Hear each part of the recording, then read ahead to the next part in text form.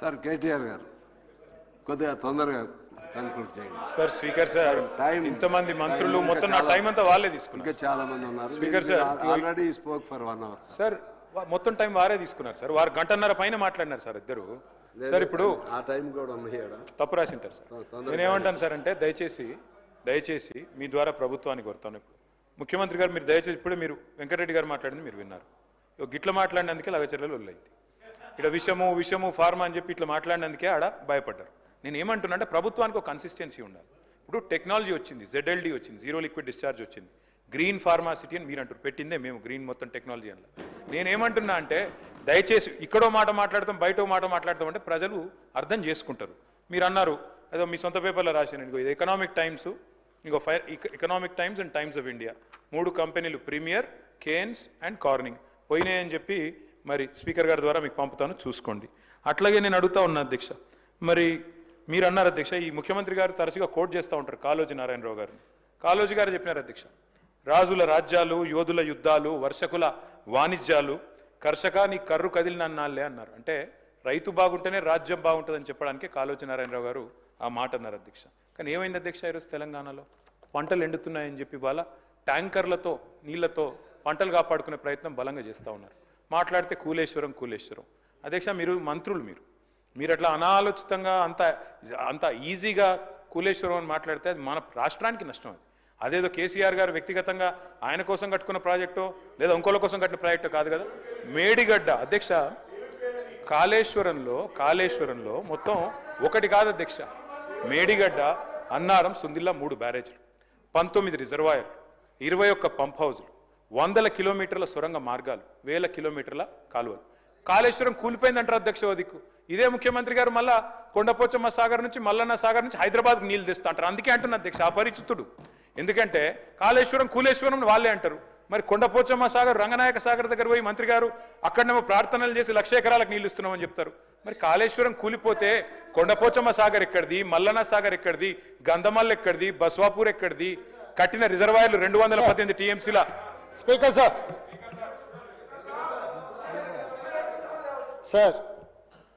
నోరు తెరిస్తే అబద్ధాలే మాట్లాడి అబద్ధాలతో బతకాలన్న ఆలోచన ఇంకెంతకాలం చేస్తారో నాకు తెలియదు. ఈరోజు SRSP కానీ, శ్రీపాద ఎల్లంపల్లి కానీ, ఇవన్నీ ప్రాజెక్టులు, ఈ ప్రాజెక్టులకు feeder channels. Speaker sir, Medigadda, Sundilla, Annaram బ్యారేజ్ల నుంచి చుక్క నీరు తీసుకోకపోయినా గోదావరి జలాలతోని ఏ రకంగా నీళ్లు తీసుకురావాలనో ఈరోజు మల్లన్న సాగర్ కావచ్చు, లేకపోతే ఈయనే ఆ స్వామి మల్లన్న సాగర్కి ఎక్కడి నుంచి నీళ్ళు వస్తాయి? నువ్వేదో పెద్ద చదువు చెప్తారు, మీ పార్తే. కానీ మీరు ఏదైతే లిఫ్టులు పంపులు పెట్టి కూలగొట్టిన దానికి సంబంధం లేదు. శ్రీపాద ఎల్లంపల్లి, లేకపోతే శ్రీరామ్ సాగరు, ఇవన్నీ ప్రాజెక్టులు మీ తాతల కాలంలో కట్టిన కాంగ్రెస్ ప్రాజెక్టులు. ఆ ప్రాజెక్టులతో ఈరోజు మల్లన్న సాగర్ కావచ్చు, రంగనాయక సాగర్ కావచ్చు, కొండపోచమ్మ కావచ్చు, నువ్వు కట్టినవి లేకపోయినా కూడా, నువ్వు కూలిపోయినా కూడా ప్రాజెక్టులకు నీళ్ళు ఇవ్వడానికి ఉంది. మీరు లేని అబద్ధాలతోని లేకపోతే మేడిగడ్డ దగ్గర కట్టిందో, సుందిల దగ్గర కట్టిందో, అన్నారం దగ్గర కట్టిన మీరు పంపులు లిఫ్టులతో కొల్లగొట్టిన 1,00,000 కోట్ల రూపాయల ప్రాజెక్టు గుండు సున్నా లేకపోయినా నీళ్లు ఇవ్వచ్చు. తప్పుదారు పట్టించకండి. రెండవది, ఈరోజు మీరు పదే అక్కడ లగచర్లలో జరిగిందంటున్నారు అధ్యక్ష. మల్లన్న సాగర్ కట్టిన రోజు ఏటిగడ్డ, కిష్టాపూర్, వేమ్లఘాట్ 14 గ్రామాలు తండాలు కలిసి పరిగెత్తించి మిమ్మల్ని కొట్టిన రోజు మీరు పోలీసుల బూట్ కాళ్ళతో తొక్కిచ్చిన రోజు, ఆ రోజు ఎట్లా జరిగింది అధ్యక్ష? అది గజ్వేల్లోనే కదా. గజ్వేల్ నియోజకవర్గంలో సిద్దిపేట జిల్లాలో ఉన్న వేములఘాట్ కావచ్చు, ఏటిగడ్డ, కిష్టాపూర్ కావచ్చు, నేను పోయి దీక్ష చేసిన అధ్యక్ష 48 గంటలు. భూసేకరణకు వ్యతిరేకం కాదు, నష్టపరిహారం పెంచండి అని చెప్పినాం. మీరు 3 లక్షలు ఇస్తే 7 లక్షలు చేయమన్నాం. ఈరోజు మీరు ప్రతి ప్రాజెక్టు పక్కన 100 ఎకరాలు మీరు ఫామ్ హౌజులు కొనుక్కున్నారా లేరా? ఈరోజు ప్రాజెక్టులు డైరెక్ట్గా కొండపోచమ్మ నుంచి మీ ఫామ్ హౌస్కి, మీ ఎర్రవల్లి ఫామ్ హౌస్కి కాలువలు తీసుకొని 100 ఎకరాలు మీరు నీళ్లు తీసుకెళ్ళినరా లేరా? ఈరోజు రంగనాయక సాగర్ దగ్గర హరీష్ రావు గారికి ఫామ్ హౌస్ ఉన్నదా లేదా? మీరు ప్రాజెక్టులు కట్టిందే మీ ఫామ్ హౌస్ల కోసం. ప్రాజెక్టులు కట్టిన కాడ మీరు ఫామ్ హౌస్లు తీసుకున్నారు. దుర్మార్గమైన ఆలోచన మీది. ఈ రోజు మీరు సిద్ధంగా ఉన్నారా విచారణకు? కొండపోచమ్మ దగ్గర ఎవరికి ఫామ్ హౌస్ ఉంది, రంగనాయక సాగర్ దగ్గర ఎవరికి ఫామ్ హౌస్ ఉంది, లేకపోతే ప్రాజెక్టులు కట్టిన దగ్గర ఎవరికి భూములు ఉన్నాయో, ఎవరికి ఫామ్ హౌస్లు ఉన్నాయో నిజ నిర్ధారణ కమిటీ నేను కాదు, ఈ సభలో ఉన్న కాంగ్రెస్ పార్టీ నుంచి ఒక్కరిని కూడా వద్దు. బీఆర్ఎస్ నుంచి, బీజేపీ నుంచి, ఎంఐఎం నుంచి, సిపిఐ నుంచి శాసనసభ్యులతో నిజ నిర్ధారణ కమిటీని వేద్దాము. కట్టుకున్న ప్రాజెక్టులల్లా మీ చుట్టాల భూములను ఎట్లా తొలగించిండ్రు, మీ భూములను ఎట్లా తొలగించిండ్రు, మీ డైరెక్ట్గా కేసీఆర్ గారి ఫామ్ హౌస్కి కాల్వలు తీసుకెళ్లి ఫామ్ హౌస్ చుట్టూత వంకర దాని చుట్టూత కాల్వలు తిప్పింది ఆధారాలు చూపించాలనా? దుర్మార్గమైన ఆలోచన మీకుంటది, మాకెందుకుంటది? ఇప్పటికి కూడా అబద్ధాలు చెప్పేది మానండి. ఎందుకు ఇంకా బుకాయించాలని, దబాయించాలని? ఎన్ని రోజులు అధ్యక్ష భూసేకరణ జరిగినప్పుడు భూమి కోల్పోయిన నిర్వాసితులకు బాధ, దుఃఖం ఉంటుంది. ఆ బాధ, దుఃఖం ఉన్న వాళ్లకు అత్యధికంగా నష్టపరిహారం ఇవ్వాలనేది మా ఆలోచన. ఆనాడు మల్లన్న సాగర్లో 3 లక్షల నుంచి మొదలుపెట్టిన మీరు, మేము కొట్లాడితే అది చివరికి 10 నుంచి 12 లక్షలకు వచ్చింది. ఇవాళ కొడంగల్లో, లగచెర్లలో 20 లక్షల ఎకరాకు అసైన్మెంట్ భూమిలకు కూడా 20 లక్షలు ఇచ్చినాం. 5 లక్షల రూపాయలు ఇందిరమ్మ ఇల్లు ఇచ్చినాం. 150 గజాల ఇంటి స్థలం ఇచ్చినాము. ఈ రోజు one of the best package మేము కొడంగల్ ఇస్తే, మీ మాజీ ఎమ్మెల్యే మీరు పర్సనల్గా వెళ్ళి మీరు ఏమైనా చేయండి, అధికారులను చంపండి, మేము చూసుకుంటామని చెప్పింది పబ్లిక్ డొమైన్లో ఉంది. మీరు ఈ రోజు టీవీలలో, పేపర్లలో ప్రముఖంగా వచ్చింది. వచ్చిన వాళ్ళు వచ్చినట్టు చంపండి అని చెప్పి హరీష్ రావు, కేటీఆర్ చూసుకుంటారని చెప్పి నరేందర్ రెడ్డి గారు అక్కడికి వెళ్ళి మాజీ ఎమ్మెల్యే పబ్లిక్లో స్టేట్మెంట్ ఇచ్చిండు. ఇట్లా అధికారులను 10 ఏళ్ళ అధికారంలో ఉన్న మీరు అధికారులను చంపమని, ఏ అధికారులు అయితే ఈ తెలంగాణ రాష్ట్ర అభివృద్ధి కోసం పనిచేస్తారో గా అధికారులను చంపమని ప్రోత్సహించిన మీరు ఈ రోజు వచ్చి మీరు భూసేకరణ గురించి మాట్లాడుతున్నారా? మీరు మాకొచ్చి చదువు చెప్తున్నారా? మేము కాంగ్రెస్ పార్టీ ప్రాజెక్టులు కట్టలేదా? నాగార్జున సాగర్ నుంచి శ్రీశైలం వరకు మీరు కట్టినరా? లేకపోతే కల్వకుర్తి, భీమా, నెట్టంపాడు, కోల్సాగర్ మీరు కట్టినరా? ఏ మాటలు మాట్లాడుతున్నారు? కమిషన్ల కోసము ప్రాజెక్టుల రీడిజైనింగ్ పేరు మీద 36,000 కోట్ల రూపాయల విలువ ఉన్న ప్రాణహిత చేవెళ్ల ప్రాజెక్టును కాళేశ్వరం పేరు మీద 1,50,000 కోట్లకు అంచనాలు పెంచిండ్రు. ఇప్పటి వరకు మీరు అధికారం దిగిపోయే నాటికి 1,02,000 కోట్ల రూపాయల బిల్లులు చెల్లించిండ్రు. మీరు అత్యంత అవినీతికి పాల్పడ్డ ప్రాజెక్టు మీద ఈరోజు విచారణ, 1 మ్యాన్ కమిషన్ ఎంక్వైరీ జరుగుతుంది. మీరు చెప్పిన ప్రజల సెంటిమెంట్ అయిన పవర్ ప్రాజెక్టులు విద్యుత్తు ముసుగులో 1,000 కోట్ల రూపాయలు కూలగొడితే ఈరోజు కమిషన్ రిపోర్ట్ ఇచ్చింది. మీరు ఫ్రాడ్ చేసిండ్రు, ఫ్రాడ్కి వీళ్ళని శిక్షించమని 1 మ్యాన్ కమిషన్ సుప్రీంకోర్టు వరకు పోయి కొట్లాడారు. సుప్రీంకోర్టు జడ్జి వచ్చి వీళ్ళు ఫ్రాడ్ చేసిండ్రు, వీళ్ళని శిక్షించమని నివేదిక ఇచ్చిండ్రు. అధ్యక్ష, వీళ్ళ నివేదికలు మేము ఆరోపణ చేయట్లే. ఈరోజు కమిషన్ ఇచ్చిన నివేదికలు ఉన్నాయి. తొందరలోనే దాంట్లో జైలుకు పోతారు. జైలుకు పోయే దాని గురించి వాళ్ళు చెప్తున్నారు. ఇప్పుడు ఏ విచారణ సంస్థ విజిలెన్స్ అండ్ ఎన్ఫోర్స్మెంట్ నివేదిక ఇచ్చింది ఈరోజు కాళేశ్వరం మీద. ఆ నివేదికలు వచ్చే సభలో, ఇదే సభలో పెట్టి చర్చ పెడదాం. ఎవరెవరు ఏ రకంగా ప్రాజెక్టు రీడిజైనింగ్ పేరు మీద ఎట్లా కొల్లగొట్టిండో వాటి అన్నిటిని తీసుకొద్దాం. అధ్యక్ష, ఇవాళ వీళ్ళు ఎంతసేపు ఉన్నా మేము అబద్ధాలని చెప్తాం. ఆనాడు 2013 భూసేకరణ చట్టం ఉంటే దాన్ని కాదని జీవో నెంబర్ 123 అని కొత్త జీవో, కొత్త రాజ్యాంగం కనిపెట్టి బయింగ్ అండ్ సెల్లింగ్ ప్రాసెస్లో ఒక నోడల్ ఆఫీసర్ని పెట్టాం, డబ్బులు ఇస్తాం, భూములు గుంజుకుంటాం అని చెప్తే కోర్టు కొట్టేయలేదా? కోర్టు మిమ్మల్ని తిట్టలేదా? ఎన్ని నోటిఫికేషన్లను రద్దు చేసింది? ఈరోజు బలవంతంగా రైతుల భూములను గుంజుకున్నది మీరు. ఒకటే మాట మేమేం చెప్పినాము?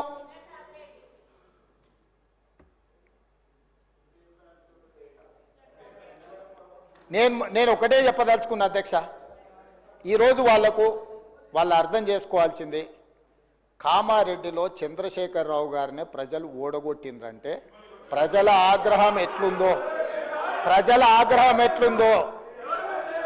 అధ్యక్ష, నాకు ఓటమి మొదటిసారి కాదు, నేను ఓడినా గెలిచినా. కానీ ఆయన ఇంద్రుడు, చంద్రుడు, దేవుడు, తెలంగాణ ప్రదాత, తెలంగాణను ఉద్ధరించడానికే, తెలంగాణకి ఆయన జాతి పిత అని, వీళ్ళు తెలంగాణ జాతి పిత అని చెప్పుకున్న చంద్రశేఖరరావును కామారెడ్డి ప్రజలు బండకేసి కొట్టి ఒక సామాన్యుని ఎమ్మెల్యేగా గెలిపించారు. నేను ఆ రోజే చెప్పిన, నేను పోతుండొచ్చు కానీ పోతా నిన్ను పట్టుకొని పోతా అని. నేను పోతా నిన్ను పట్టుకొని పోతా అని. సో కామారెడ్డిలో ఓడగొట్టిన ప్రజలు తిరస్కరించిన ఎందుకు ఇంకా బుకాయించాలనుకుంటున్నారు అధ్యక్ష? ఎందుకు బుకాయిస్తున్నారు? ఇప్పటికైనా నేను చెప్తున్నా అధ్యక్ష, మూసీ ప్రాజెక్టును కట్టాలన్నా వద్దా మీరు చెప్పండి. మెట్రో రైళ్లు విస్తరించాలన్నా వద్దా మీరు చెప్పండి. రేడియల్ రోడ్స్ వేయాలన్నా వద్దా చెప్పండి. రీజనల్ రింగ్ రోడ్డును నిర్మించాలన్నా వద్దా మీరు చెప్పండి. హైదరాబాద్ నగరానికి గోదావరి జలాలను తరలించాలన్నా లేదా మీరు చెప్పండి. తెలంగాణ రాష్ట్రానికి మీరు పెట్టుబడులను తేవాలంటున్నారా వద్దంటున్నారా చెప్పండి. ఈరోజు ప్రపంచంలోనే అత్యధికంగా ఇన్ఫోసిస్ సంస్థ హైదరాబాద్లో అత్యధికంగా జాబులు ఉన్నాయి. మేము వచ్చినాక ఇన్ఫోసిస్ విస్తరించినాం, విప్రో విస్తరించినాం. మేము వచ్చినాక కాగ్నిజెంట్ను విస్తరించిపించినాం. ఆమ్జన్ బయోటెక్ కంపెనీ అమెరికాలో ఉండి ఫస్ట్ టైం హైదరాబాద్లో పెట్టుబడులు తీసుకొచ్చినాం. ఆయన 10 ఏళ్ళు మంత్రిగా ఉంటే 20,000 కోట్లు తెచ్చిండు దావోస్లో పోయి. నేను 10 నెలల్లో సరిగా 1 సంవత్సరం తిరిగే లోపల 2,20,000 కోట్లు పెట్టుబడులు తెచ్చిన. ఇది నా సమర్థత. ఆయన ఏమనుకుంటాడంటే గుంటూరులో చదివిన తెలివితేటలు ఈడ పనికొస్తాయనుకుంటాడు. అధ్యక్ష, ఇంగ్లీష్ అనేది నాలెడ్జ్ కాదు. 4 ఇంగ్లీష్ ముక్కలు ఆయనకు రావచ్చు, నేను 4 ఇంగ్లీష్ ముక్కలు కానీ ఈ ప్రపంచంలో చైనాలో ఉండేవాడికి ఇంగ్లీష్ రాదు, జపాన్లో ఉండేవాడికి ఇంగ్లీష్ రాదు, జర్మన్లో ఉండేవాడికి ఇంగ్లీష్ రాదు. కానీ ఈరోజు చైనా, జపాన్, జర్మన్ ప్రపంచాన్ని శాసిస్తుంది అధ్యక్ష. 4 ఇంగ్లీష్ ముక్కలు వస్తే ఒకవేళ హోటల్లో పనిచేయడానికి ఆర్డర్స్ తీసుకోవడానికి పనికొస్తుండొచ్చు అధ్యక్ష. బట్ట షాప్లో బట్టల అమ్మనికి పనికొస్తుండొచ్చు. గుంటూరులో చదివిన తెలివితేటలన్నీ మా దగ్గర వచ్చి చూపించొద్దు అధ్యక్ష. మేము గవర్నమెంట్ స్కూల్లో చదివి వచ్చినాం, మేము గుంటూరులో చదవలే. మా తెలుగు మీడియంస్ అధ్యక్ష, తెలుగు మీడియము గ్రామీణ ప్రాంతాలలో గవర్నమెంట్ స్కూల్లో చదువుకొని వచ్చినాం అధ్యక్ష.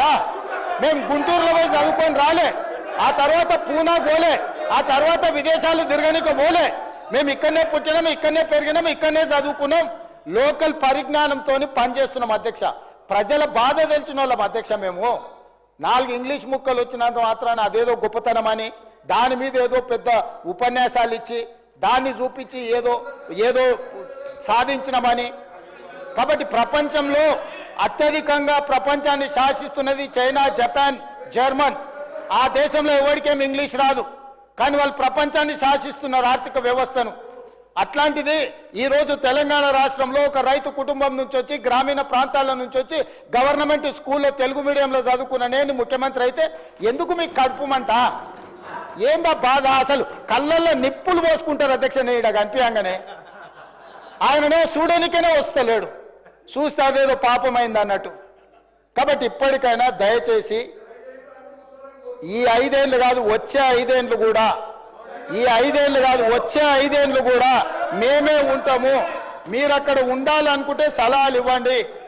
పెద్ద ఆయన మీకు కుర్చీ ఇయ్యాడు. నేను మళ్ళీ కూడా చెప్తున్నా, పెద్ద ఆయన గురించి నీకు ఎంత తెలుసో తెలియదు కానీ నాకు చాలా తెలుసు. వెనకటికి నీకు కూడా చెప్పిన, నువ్వు ఆశించకని. ఇప్పుడు కూడా నేను చెప్తున్నా, పాపం ఉండనియండి, పెద్ద మనిషి తెలంగాణ కోసం కొట్లాడిండి అని మీరే చెప్తారు. ఆయన కుర్చీ మీద కన్నేస్తారేంది మీరు ఇద్దరు కలిసి? ఎందుకు ఆయన మీద పగబట్టారు? కుటుంబంలో పెద్ద దిక్కు ఒక ఆయన ఉండాలి, పెద్ద దిక్కు ఉంటేనే గౌరవం ఉంటుంది. పెద్ద ఆయనను కూడా ఖతం చేసి కుర్చీలో కూర్చోవాలనే స్కీమ్లు వేయకండి. ఇంతకుముందే నేను కాగితం తెచ్చిస్తే ఏందో అనుకున్నా, మా వాళ్ళు చెప్తున్నారు గతంలో నేపాల్ యువరాజు దీపేంద్ర తన కుటుంబంలోని 8 మందిని AK-47 పెట్టి కాల్ చేసిందట, పదవి ఇయ్యలేదని. నేపాల్ రాజు వాళ్ళ పిల్లగాడు కుటుంబంలో పదవులు ఇస్తలేరని రాత్రి డిన్నర్కి పిలిచి AK-47 పెట్టి ఇంట్లో వాళ్ళందరినీ AK-47 పెట్టి కాల్ చేసిండట. అట్లాంటి పరిస్థితులు తెలంగాణలో రాకుండా చూడండి అధ్యక్ష.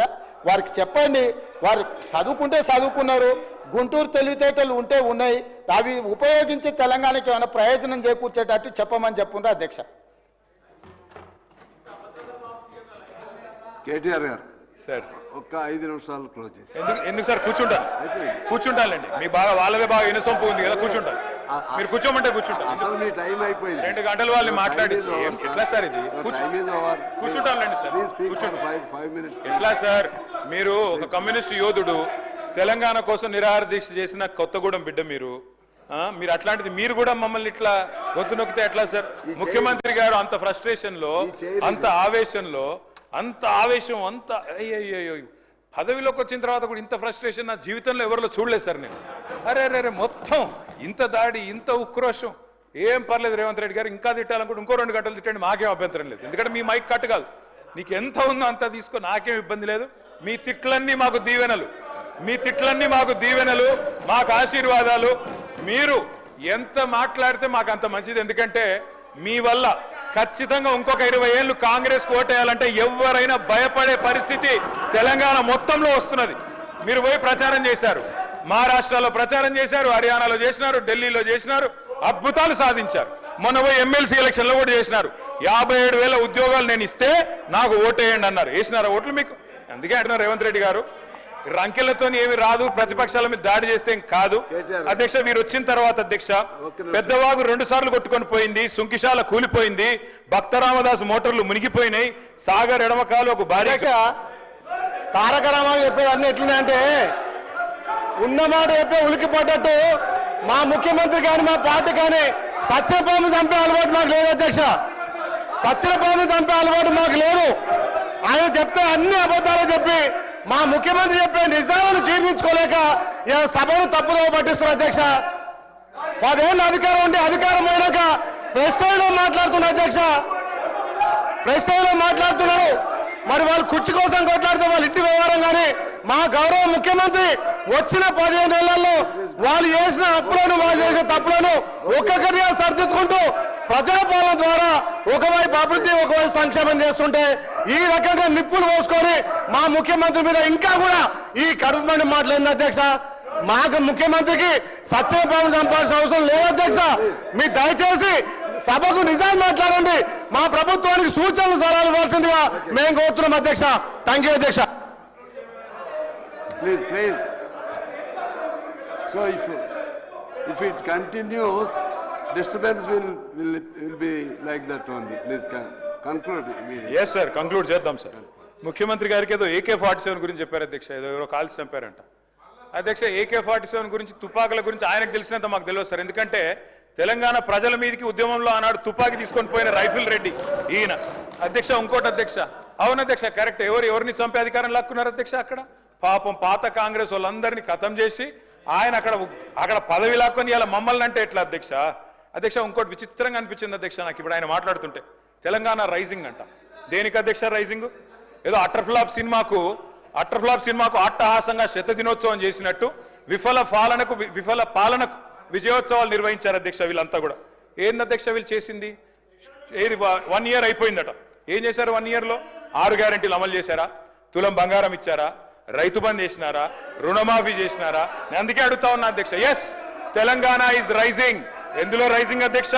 కొన్నిట్లో మాత్రం రైజింగ్. అప్పుల్లో రైజింగ్, అబద్ధాల్లో రైజింగ్, క్రైమ్ రేట్లో రైజింగ్, అన్నదాతల ఆత్మహత్యల్లో రైజింగ్, నేతన్నల బలవన్మరణాల్లో రైజింగ్, అబద్ధాలు, బూతులు. ఎస్, తెలంగాణ జాతిపిత వీళ్ళెవరు ఏమనుకున్నా ఖచ్చితంగా కేసీఆరే. తెలంగాణ బూతుపిత రేవంత్ రెడ్డి గారు అవుతారు. బూతుపితగానే ఆయన మిగిలిపోతాడు భవిష్యత్తులో. అధ్యక్ష, కేటీఆర్ గారు ప్లీజ్ ఇంకా 5 మాట్లాడాలి, రిప్లై ఇవ్వాలి, మరలా వాళ్ళు కౌన్సిల్కి వెళ్ళాలి. కాస్త త్వరితగతిన పూర్తి చేయండి సార్. సార్ మీరు పెద్దలు మీరంటే గౌరవం. రామేశ్వరరావు గారు మీరంటే గౌరవం.